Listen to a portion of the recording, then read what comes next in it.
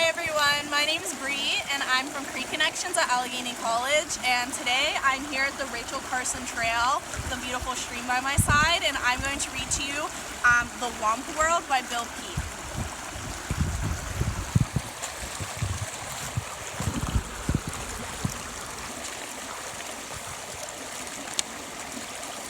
The Womp World was a small world, very much smaller than our world. There were no great oceans, lofty mountains, giant forests, or broad sandy deserts. The Womp World was mostly grassy meadows and clumps of leafy green trees with a few winding rivers and lakes. But it was perfect for the Wumps, who were the only creatures living there. The Wumps were simple grass eaters and spent most of their time grazing on the tall, tender grass that grew in the meadows. In the warm weather, they cooled themselves in the crystal clear rivers and lakes. And at night, they slept in the shelter of the bumbershoot trees and to keep the dew off their backs. Since the Wumps had no enemies, they wandered around just as they pleased with nothing whatever to worry about. However, the Wumps would have worried if they had known that someone a million miles away was watching their little world.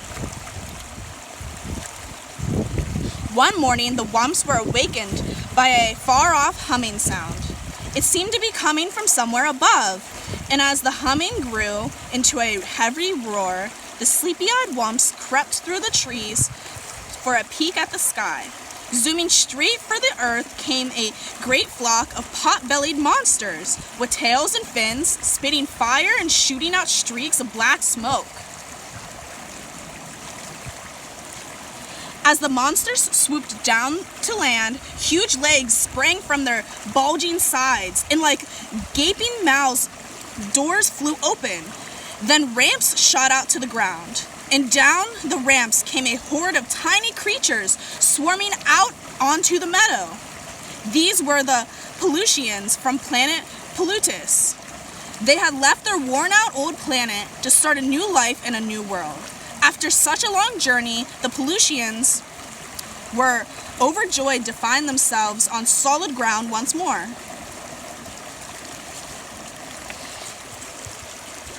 They were all prattling with excitement as they followed their leader, the topmost Pelusian and world chief, across the meadow.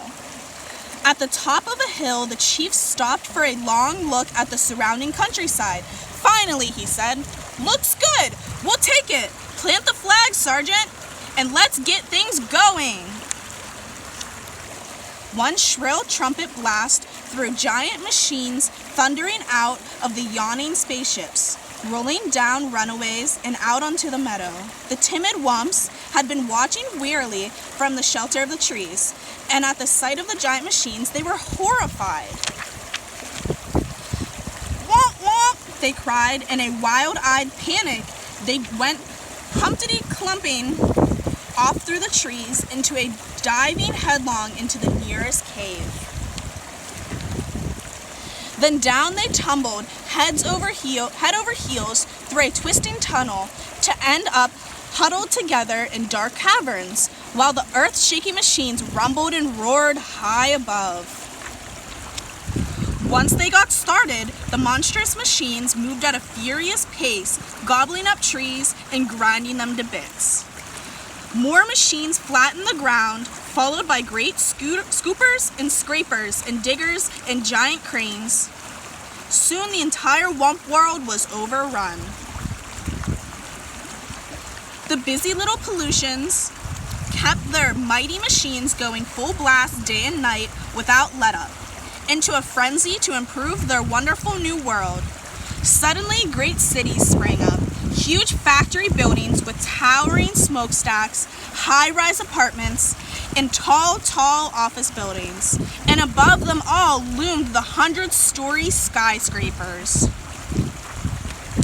Along with the buildings came a tangle of streets and freeways with on-ramps and off-ramps, overpasses and underpasses, jammed with trucks and buses and cars of all sizes, rushing pell-mell in every direction.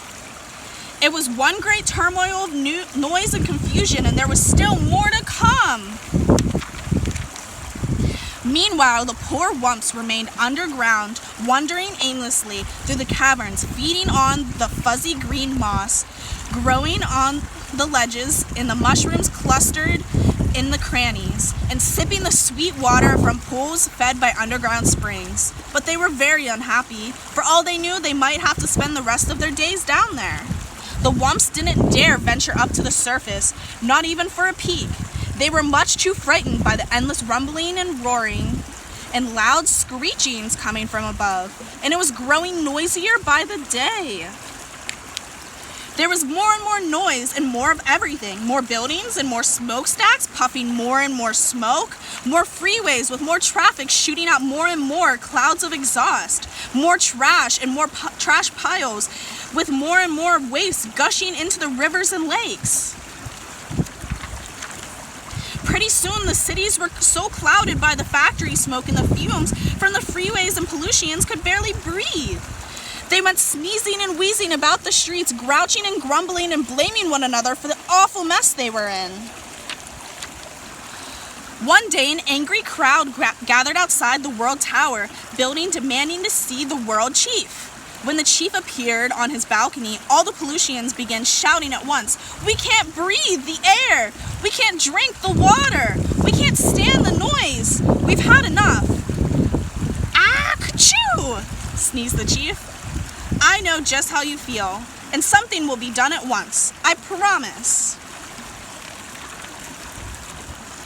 With no time to lose, the chief called for a meeting with his 3 top outer spacemen. "Gentlemen," he said, "this world of ours has gone sour. We've got to get out of here quick. But first we must find a new world, a better one. That's your job, men, so get going." "Righto, Chief," barked the men. With their 15 minutes, they were at the spaceport aboard their spaceships. Then, zhoosh, zhoosh, zhoosh. The men were off in 3 directions, and in seconds they were zooming about in the outer space at 7,000 miles an hour. Days passed with no word from the outer spacemen.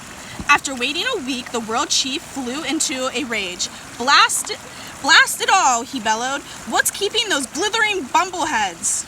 Then one morning, Monday morning, out of the dark, smudgy sky, swooshed one of the spaceships. As the ship touched down, the man hopped out shouting, "I've done it! I've done it! I've found a new world! A bigger and better world!"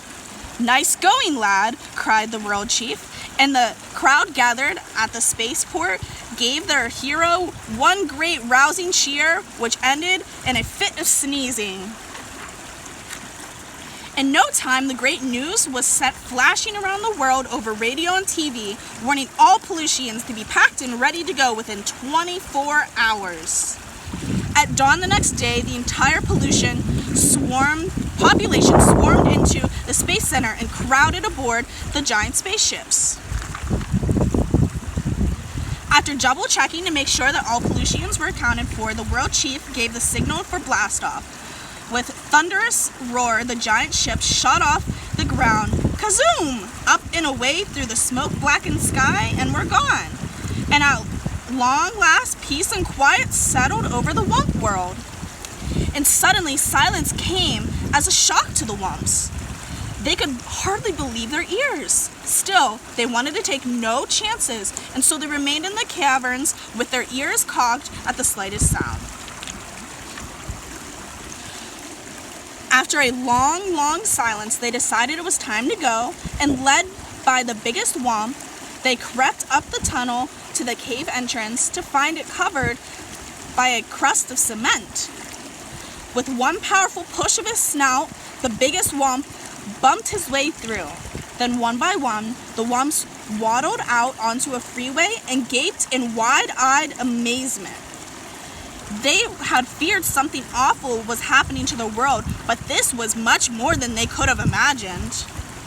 They were staggered by the size of the huge buildings with walls and walls of windows looming up on every side, and the broad layers of hard, flat crust covering the earth, which felt strangely cold to their feet. There was no sign of any tree or tuft of grass.